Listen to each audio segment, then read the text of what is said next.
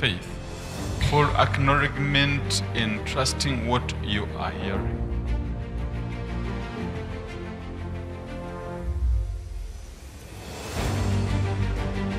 Faith comes from hearing and hearing the word of God.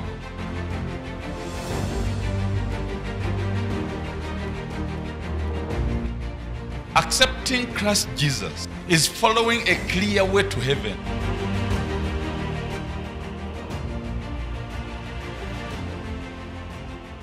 Brethren seated here, you must know the results of the prayer today.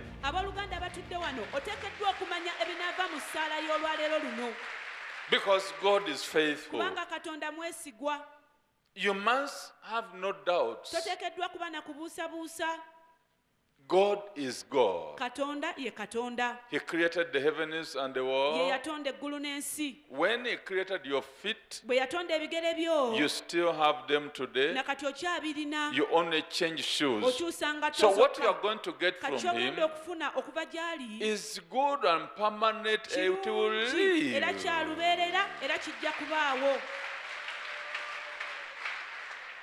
He knows He has the ability. Hallelujah. Amen. 28:18 of Matthew. He said, I have been given power and authority to authorize all whatever you are asking for. Read it. Yesu najja n'ayogera nabo n'agamba nti mpeereddwa obuyinza bwonna mu ggulu ne ku nsi. And Jesus came and spoke to them, saying, all authority has been given to me in heaven and on the earth. He can authorize your healing, your deliverance, your redemption, your salvation. Why shouldn't you follow Him? Just give your life to Jesus. Say, Lord Jesus, I'm here today because you are able to save me, to heal me. I'm here to commit my life unto you. Anything that doesn't belong to you, Lord Jesus, it must be out of my life. Guide me, O Holy Spirit, as I follow Jesus the rest of my life. Salvation, healing, deliverance, my share, in Jesus' name. Thank you.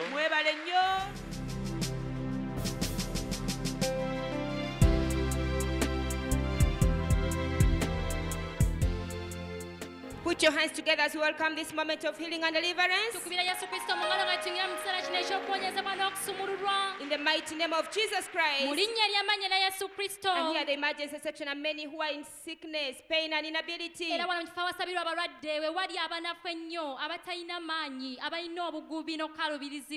starting with Lady Gonza Joyce, who has difficulty in walking in, sitting and in rising up because of a painful abdominal operation site. Following a cesarean birth, you can imagine the agony she's going through as she's getting up, because the pain is so sharp in the abdomen for a period of 1 week. That is Lady Joyce. She has come to Christ Jesus for her healing. So, lady, what is going on in your life? The problem that brought me, I had a cesarean birth. I have severe pain in the operation site. Christ Jesus is a healer. He is a problem solver. Have faith in Him. You touch my stomach. Watch, brethren, as Lady Joyce is touching the abdomen of the man of God. The healing power is being transferred onto her abdomen, which is painful. Watch the reaction in her body as healing goes on for her. Watch, brethren. She's yielding to the prayer. touched by the power of the Lord Jesus Christ, that is setting her free from all this pain that she has had in the abdomen, in the operation site. Watch, brethren, the reaction in her stomach. And now she's rolling over. She can lie on the abdomen.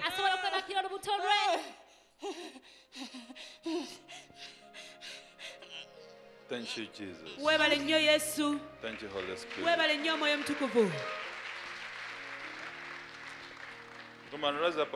Mukyala Joyce tukogende but you are free. Kubanga oli wa ddembe.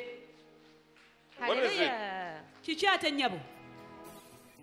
Sina kyempulira ebaza Yesu olw'okumponya. The lady is now carrying her baby. Amanya gange Nsatugonza Joyce. My name is Nsatugonza Joyce. Nviiridde Kisaasi. From Kisasi. Banongosa wiiki emu ewedde. I had a cesarean operation 1 week ago. Mbadde n'obulumi bungi. I had so much pain. Bwe nkute ku lubuto lw'omusajja wa Katonda. Once I touched the stomach of the man of God, ne mpulira nga n'olwange lukwatiddwako munda. I thought that also my stomach was touched inside. Ne mpulira amaanyi. And I felt special power. Obulumi bugenze. The pain is gone. Nebaza Yesu. I thank Jesus for healing me n'okunsumulula. and for setting me free. N'omusajja wa Katonda And okunsabira. man of God for praying So for you are me. free? Kale nno oli wa ddembe? Office give her 200 as she's a nursing mom. Office mumuweeyo emitwalo 2 nga bw'ali maama ayonsa.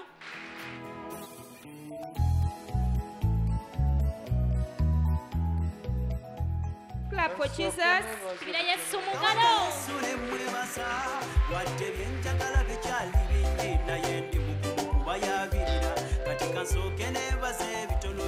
The healer's name is Jesus Christ. Next is Sister Karungi Winnie. Who's difficult in walking and sitting for long because of a painful abdominal operation site following a cesarean delivery. That is Lady Winnie, rising up in so much agony and pain.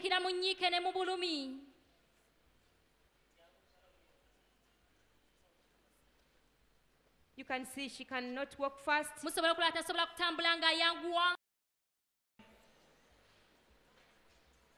By the blood of Jesus. N'omusaayi gwa Yesu Be healed. gwonyezebwa mukyala Winnie. Praise going on for Lady Winnie to be healed. Mukyala Winnie yasabirwa awonyezebwe. Obulumi bugaza. Pastor, the pain is gone. Eh? Hallelujah!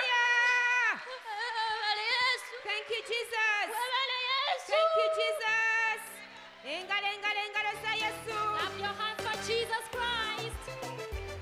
Lady Winnie is free. Mukyala Winnie wa ddembe. Amanya gange nze Karungi Winnie. My name is Karungi Winnie Nviiridde Mukono. from Mukono. Banongosa ono omwana. I had a cesarean birth to this baby Basanga nina pressure ng'eri because waggulu. I had very high blood pressure in Simanyi pregnancy. pressure gye yava. I don't know where it came from. Nali nywa eddagala naye nga bankebera bulungi nga ndi bulungi nekola bangenda okuzaala ne basanga nina pressure. Whenever I would go for antenatal checkups, the pressure was okay, but on the day when I went to give birth, they found that the pressure was so high. We najjidde wano nga sisobola kutambula n'okutama nga sisobola By the time I n'okugenda came, mu kabuyonjo nga I could sisobola. not walk, I couldn't bend, I couldn't go to the toilet. Omusajja wa Katonda wansabidde ne mutunuulira bwe nti. But once I looked at man of God as he was praying for me, Kasuulira bulumi obwadde mpulira obulumi nga I did feel bunuma. the pain that I was feeling all along.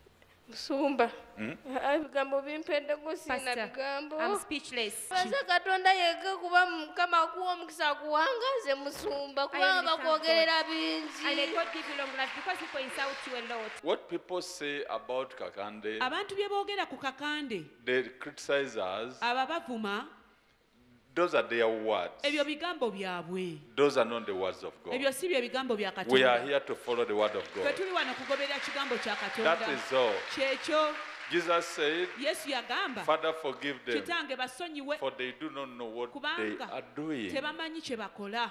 That's all. Kyekyo kyokka. So, I'll not talk about the father of the baby Sijja kwogera ku taata wa bebi and as to why you got this pressure. era n'ensonga lwaki wafuna pressure eno. The office give me 300 Naye office mumpeeyo emitwalo 3 for my daughter to go and wala wange ono agende yejjanjabe. What do you want me to do for you? Ki ky'oyagala nkukolere?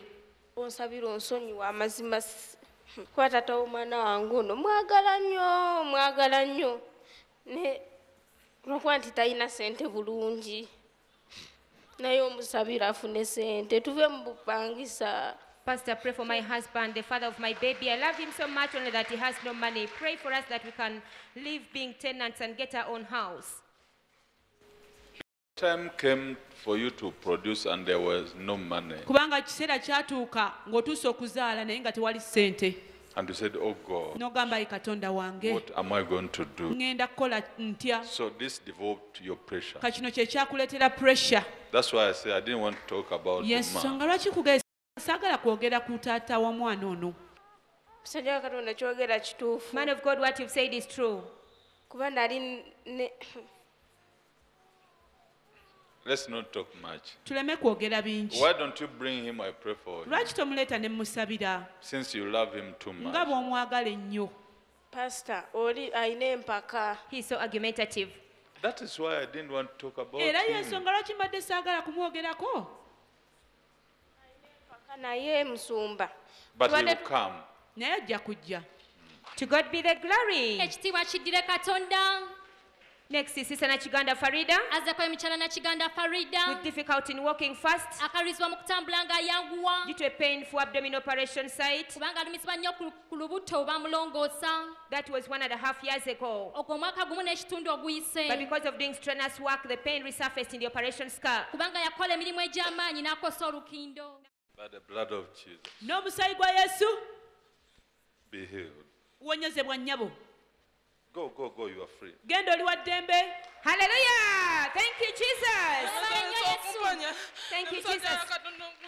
Thank you, Jesus, for healing me. Thank you, man of God, for praying for me. Next is Lady Kesime Rosette. Azzeko emukyala Kesime Rosette. Watch the difficulty with which she's getting up. Mulaba okukalubizibwa kwayitamu ng'ayimuka. Has a painful episiotomy site. Alina obulumi bungi nnyo kubanga bamupasula ng'azaala. All this following a complicated delivery. Bino byonna kuba yayisibwa bubi nnyo mu kuzaala. Watch her limping. Mumulabe bw'awenyera. Because of the severe pain that she has. Olw'obulumi obungi ennyo bw'alina. Let's go. Tugende nnyabo. Thank you, Jesus. Webale nnyo Yesu. Lady Rosette is ready. Kyala Rosette akyuka. Thank you, Jesus. Webale nnyo Yesu.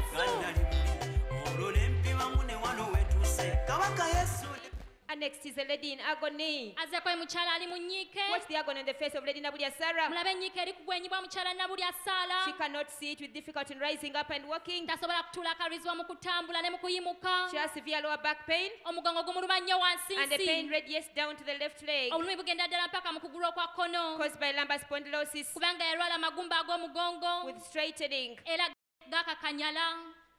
Watch the agony on her face, brethren. Mulabe ennyiike ku bwenyi bw'abooluganda. Proving the pain that she's going through. Okakasa obulumi bw'ayitamu. She's trying to get up, but the pain is too much. Agezaako okuyimuka naye obulumi bw'alina bungi nnyo. Sleep. Ddawo weebake nnyabo.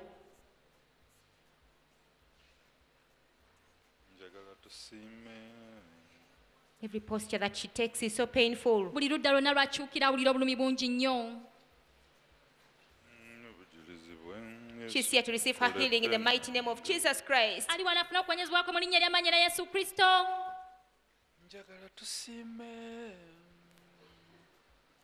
By the name Christ Jesus, N'erinnya Kristo Yesu. our Lord and Savior. Mukama waffe era omulokozi waffe. Be healed.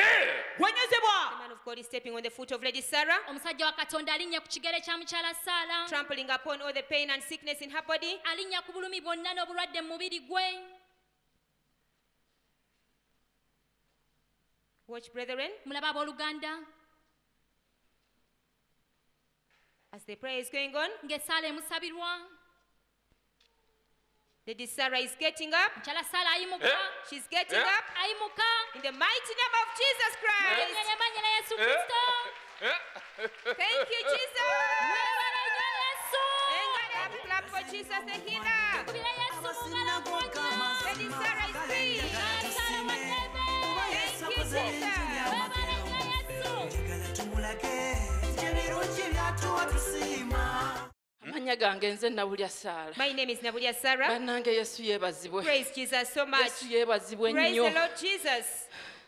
Mbadde sisobola yadde okutuula mu ntebe. I could not sit in a chair. Olunaku lwajjo lwonna nasiibye nga neebase bwebasi nga I spent nevuunise. yesterday lying Nga down. sisobola nakwebaka nga ngalamidde. I could not even lie on my back. Nsobola But now I n'okgalamira. can stretch out, lie on my back. Olunaku olw'Emmande On Monday, nagenda ku mulimu I went to my place of ne mala work okuggulawo after opening ssaawa nga 3. at 9 o'clock. Bwe namala okuggulawo ne nkolako awo bye nakola nagenda okuwulira akantu nga kamyansa mu kugulu After doing some work, I felt some sharp pain in my leg. ne kambuka mu viivi The pain radiated up to the ne knee. neetunuulira bwe nti nga siina I kendabawo checked and I didn't see anything. ne ndowooza oba bbaati linsaze I ng'ekigere thought kiramu a sheet had cut me, ngenda but okuwulira I ne was okay. kambuka The ne pain kasooka ne kasiisiira wano up to the hip. ngenda okuwulira ng'okugulu ko sikyakuwulira Then nga kusanyala I could no longer feel my leg. It was kati numb. oluvannyuma ne kyanguka ne Then the katuula pain wano went up to the lower back. saddayo kutambula I didn't walk again. nga bankwata bukwasi banzizaayo buzza I was just supported to go back home. saddayo kukutama I didn't bend again. natuuka ku Mande ku makya Monday morning, nga sobola I kunaaba could not bathe. musajja wa Katonda ansabidde The man of God has prayed for me, nemba nga mpulira ng'ekintu ekinvaamu bwe kiti and I felt something coming out of me. nga kiringa ekimyanso It was like nga lightning. kinyambulukamu kugulu Something was undressing of me and coming out through the leg. Mukama Katonda Oh God. nga baŋŋambye amagumba gaayawukanye They told me that my bones were prolapsed. Yesu nga mulungi Jesus is so nsobola good. okwekyusa Now mu I can ntebe turn my body in the chair. There is a place. naye waliwo ekifo It is a mango tree. ekifo kino we kiri waliwo omuti gw'omuyembe They always sweep the bulijjo batera leaves, the whatever, and Okwera. they gather it at the mango tree. ebikoola bino ne babikuŋŋaanyiza ku muti gw'omuyembe musajja wa Katonda kyogera kituufu Man of God, what you've said is awo true. wennyini we tukolera waliwo omuyembe Where we work from, there's a mango tree. bwe mba siyeze waliwo abaana abayera If I don't sweep, then there are other children who sweep, ne bakuŋŋaanya kasasiro oyo and they gather that rubbish. It was one day when you people found that the garbage, not all the garbage, it has been put on fire. The smoke, it was smoking.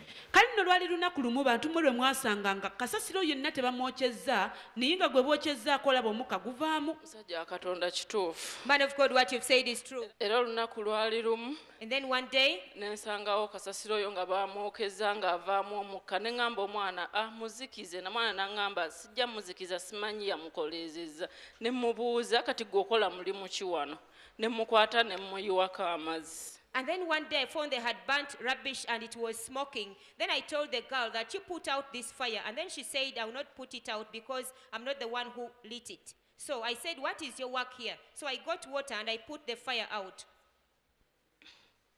So something is going on kale nno nnyabo waliwo ekigenda mu maaso around that place okwetooloola ekifo ekyo where you're working from. w'okolera Katonda kituufu kubanga There's a kind of misunderstanding waliwo engeri y'obutategeeragana and false claims. n'enkaayana Waliwo n'enkaayana enkaayana. ez'obulimba kituufu nnyo kituufu nnyo Very, very true. era wiiki eyo ewedde Last week, musajja wa Katonda kyogedde kituufu man of God, what you've said kuba is true. eri ewiiki ewedde tuyina era be twayomba nabo ate nga tukola nabo ng'era bafamire yaffe Because last week, nembabuuza naye lwaki era nze bino byonna lwaki mubikola nze Last week, there are some people we quarreled with. We work with them and their family members. I asked them that, why me? Why do you do all this to me? The place there, you people, you are the one who built there.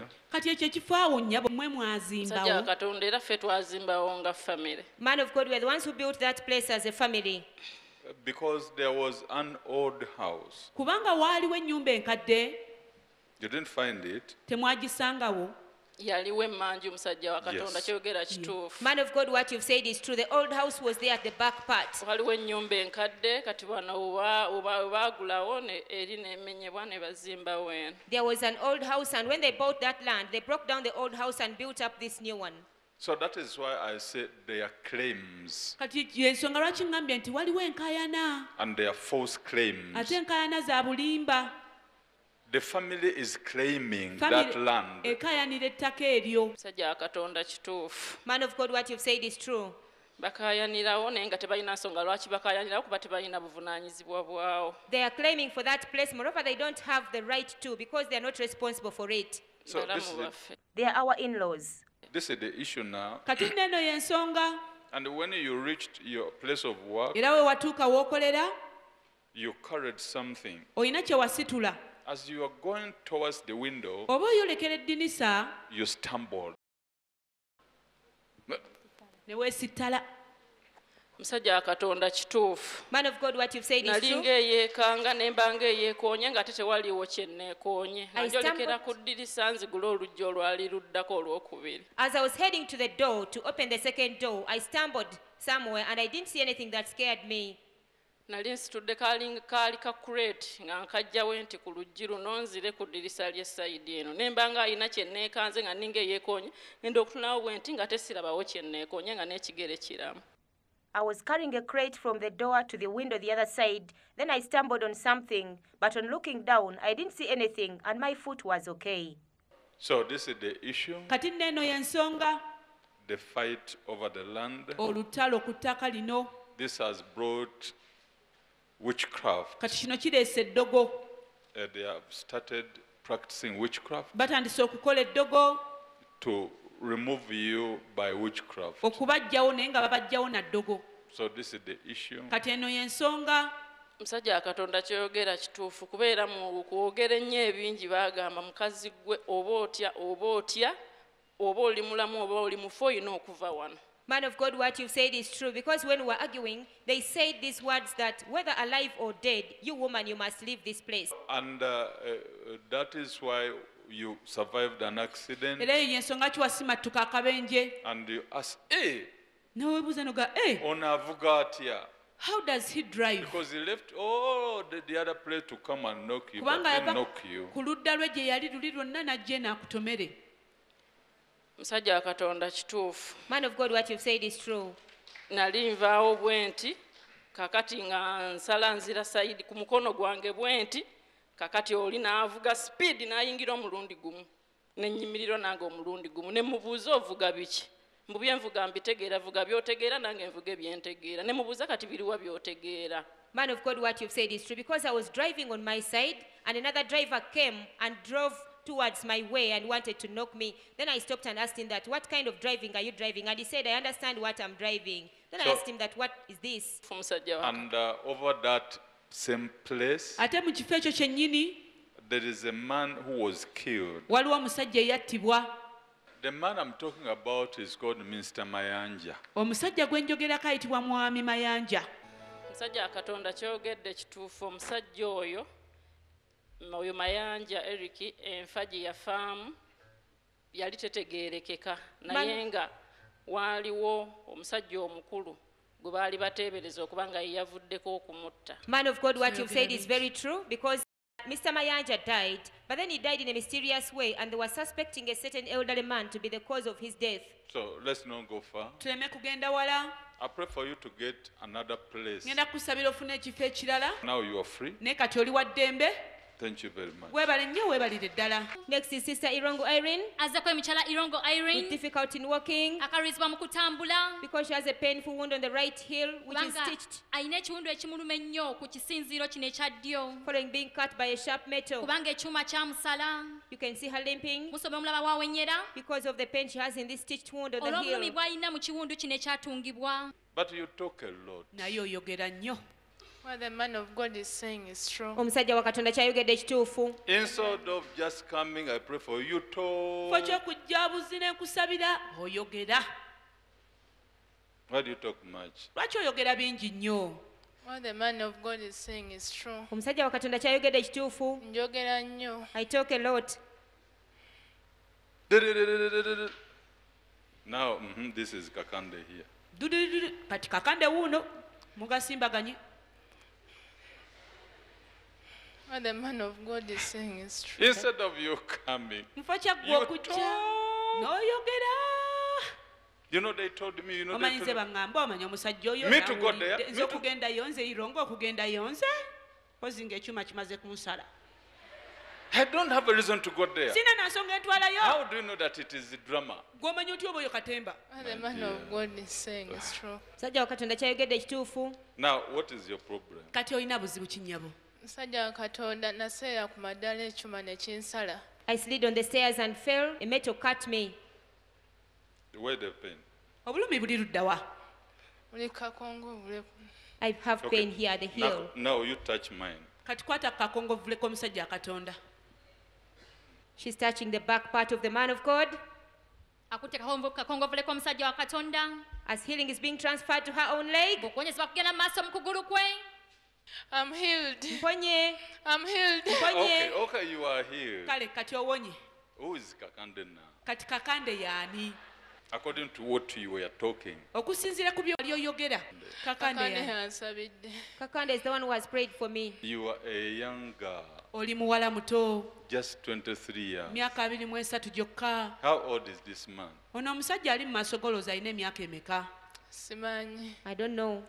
Why don't you talk all that and you don't know Kati lwaki oyogera ebyo anything byonna about him? nga tolina ky'omumanyiiko? Musajja wa Katonda mbadde nsaba onsonyiwe. Man of God, I ask you to forgive me. Never talk what you don't understand. Toyogera nga by'otategeera. Even the dream I called you, I said, just come. Ate ne mu kirooto nnakuyita nagga jangu buzi jangu. Come, I'll show you Jesus. Jangu ojja kulaga Yesu. What the man of God is saying is true. Musajja wa Katonda kyayogedde kituufu. Namuloota nga mpita. I dreamt when he was calling me. Why you didn't come? Lwaki tewajja? You thought I don't know you. Olowoozezza nti sikumanyi. Gumba, I know you too much. Naye nga nkumanyi nnyo. Depende. Bulumi bukyalimu. I'm healed. Mponye. You would have been a doctor, now you are confusing everything. Kati gwe yandibadde omusawo mutendeke otabulatabula buli kimu kyonna.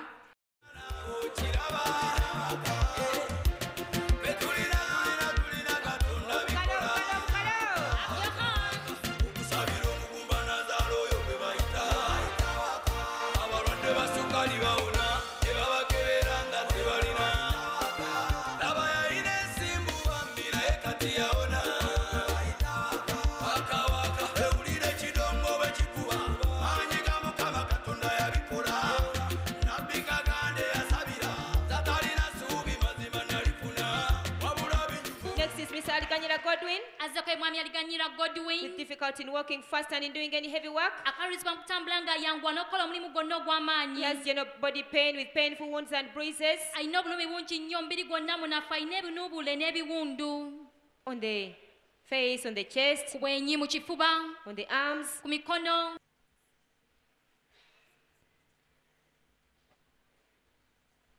Thank you, Jesus. Weebale nnyo Yesu. Now that you are free, kati nga bw'oli ow'eddembe, leave anger obusungu buveeko, and get a way you can understand with your family. Era funamu engeri gy'osobola okukkaanya ne famire yo.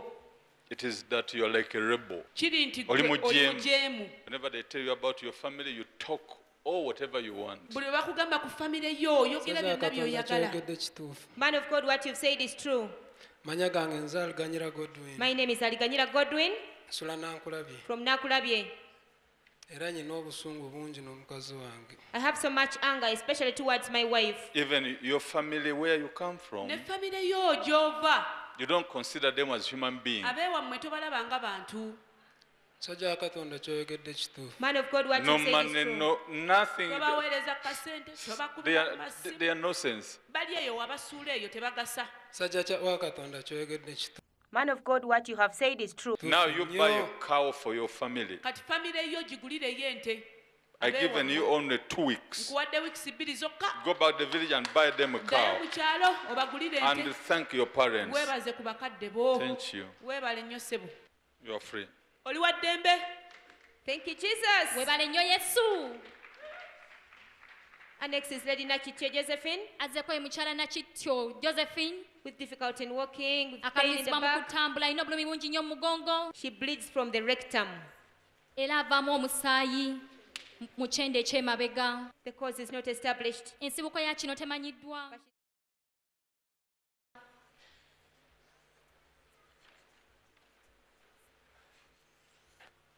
Mighty name of Jesus. Linnya ly'amanyi lye. Wonyezebwa. Come out, devil. fuluma gwe sitaani muveemu Lose your grip. mute.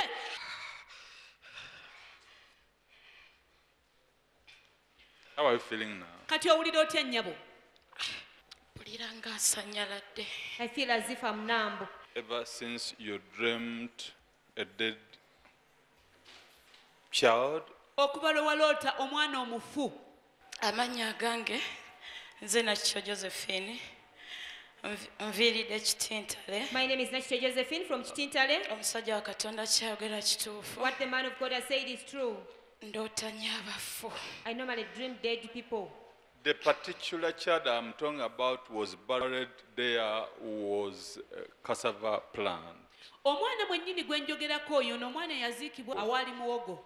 Mwayita ku muyembe bw'emuti ne mukkirira wali wansi awo baali basimbye muwogo. You bypassed a mango tree, you sloped down there, that's why they had planted cassava. Amannya agange nze Nakityo Josephine. My name is Nakityo Josephine Nviiridde Kitintale. from Kitintale. Omusajja wa Katonda kyayogera kituufu. What the man of God has said is Ku true. malalo g'omwana omuto g'ayogeddeko we baali basimba muwogo nga waliwo n'omuti gw'omuyembe. Ekifo ekyo kyayogerako kiri mu kyalo ewaffe. What the man of God has said is true about the dead child which was buried at the place where they planted cassava. What man of God has said is very true. I know this place. This is our burial ground in the village. There's cassava planted there and there's also a mango tree. So if you don't take care, Kano bw'otegendereza this is death before you. kuno kufa okuli mu maaso go. That is why I go deeper to where they bury you. Y'ensonga kingenze buziba eri gye babaziika. Because at times you dream that you are shouting and you are coming from that place running away. Kubanga ebiseera ebimu oloota ng'olaba oleekaana naye ng'ova eri mu kifo ekyo we babaziika odduka. Omusajja wa Katonda kyayogerako kituufu. What the man of God has said is true. Kubanga n'olumu era naloota nga waliwo abafu nga bangi nnyo bavuddeyo mu kyalo kyewaffe. Naye wennyini we batuziika ne ŋŋamba mu linnya lya Yesu omufu teyeegatta na mulamu balagira okuddayo emagombe. Man of God, what you've said is very true because one time I got a dream when all the dead in our graveyard had come on the top of their graves and I said in the name of Jesus, the life cannot join with the dead. So I order you go back to your graves. So death is claiming you. Kale nno okufa kukukaayanira. Omusajja wa Katonda kyayogera kituufu kubanga ewaffe taata waffe yatuzaala abaana bangi naye abasinga bonna baafa. Ne mama wange yatuzaala abaana 8 basatu nabo ne bafa. What the man of God has said is true because our father produced us many children, but most of them are dead. My mother produced us 8 children, 3 of them died. Father, we thank you. Kitaffe tukwebaza.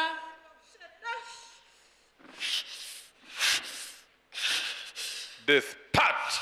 Gw'okufa mwawukaneko. That is why they are looking for the cause. They cannot get it. Y'ensonga lwaki banoonya ensibuko y'obulwadde bo naye tebayinza gizuula. Because this is demonic. Kubanga buno obulwadde oba obulumbaganyi buno bwa mizimu. Father, we thank you. Kitaffe tukwebaza.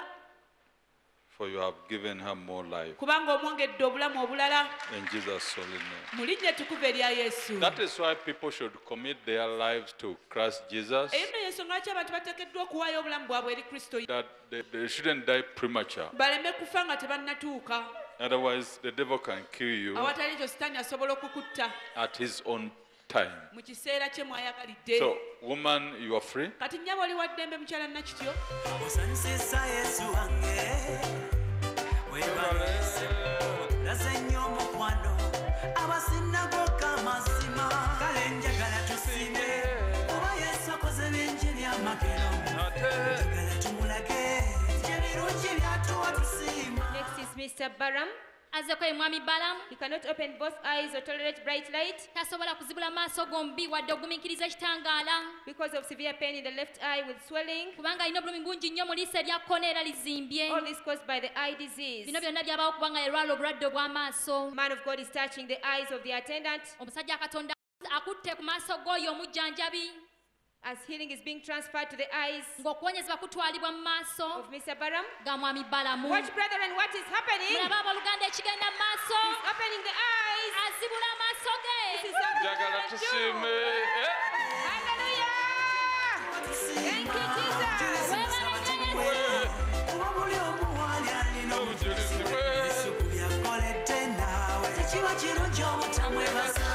amanya gange nze Bamparanisa Bara Mutumwijike. My name is Bamparanisa Bara Mutumwijike. Nga nviridde Kisaasi. From Kisaasi. Nali nvuga piki akawungeezaawo. I was riding a motorbike in the evening. Nimpulira akantu nga kankoonye ku liiso. And something fell on my eye. Nintakitwalamu nnyo ky'amaanyi. I never took it as serious. Naye bwe natuuka ewaka ekiro ssaawa nga 8. But at 2 a.m. while at home, eriiso ne lintabukira nnyo. The eye became like a problem. Naye leero omusajja wa Katonda bw'abadde ansabira. But today when the man of God was praying for me, n'akwata ku liiso ly'omukyala wange. He touched the eyes of my wife. Ngenze kuwulira ng'eriiso lyezibula lyokka. And I felt my eyes opening of their own accord. Essaawa ya kaakano nsobola kukulaba buli omu. Right now I can see you all. The brother is smiling. Chwedde musajja wa Katonda. Wabula musajja wa Katonda ninayo ekintu kimu kyenjagala onsabira musajja wa Katonda. One thing I ask you to pray for me, musajja mukule emyaka 35. I'm 35 years of age, but poverty is too much. It is right in the village. Kiva buterevu mu kyalo. There was a house. Waliwo ennyumba. It was broken to build another house. Ennyumba eno yamenyebwawo bazimbewo ennyumba endala. It is since that time. Kyava mu kiseera ekyo. The whole family. Family yonna. Got devastated. Neetaataaganyizibwa.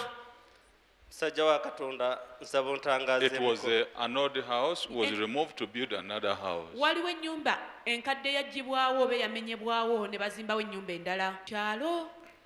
Amanya gange nze Tumwijike Bara mu Bamparanisa. My name is Tumwijike Bara mu Bamparanisa.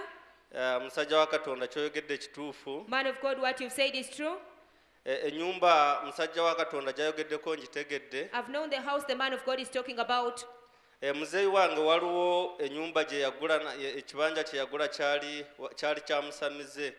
There's a plot of land which my father bought and it belonged to a witch doctor. Waliwo omusamize oyo bwe yali agenda n'aguzaako abalala kati omulala naye n'azimbako ennyumba kati we muzeeyi wange we yamenyako ennyumba eri n'ateekako kati gye tulimu. When the witch doctor was going away from that place, he sold the land to some other people, and then my father also came and bought the same land from that person who had built a house there. So when my father bought the land, he broke down that house and built the house where we are living now. So that is the place where problem comes from. Too much witchcraft. This is why you dream many animals. Many animals in the dream, you say, why I dream all this? Musajja wa Katonda kyoyogedde kituufu. Man of God, what you said is true. Ensolo zo ntera nnyo ziroota. I normally dream those animals. Now you get money. Kati ogenda kufuna ssente. And build a shop you had desired. Ozimbe n'edduuka lye weegomba. Thank you. Ebale nnyo. Go, you are free. Genda oli wa ddembe ssente.